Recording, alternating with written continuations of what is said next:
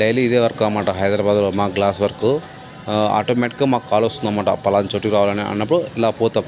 అట్లా డైలీగా మార్నింగ్ నుంచి night maximum 1, 2 అవుతుంది ఒక్కోసారి. ఆ టైం దాకా కూడా చేస్తామన్నమాట. కానీ కొన్ని గ్లాసులు ఉంటాయి, చాలా భయంకరంగా ఉంటాయన్నమాట.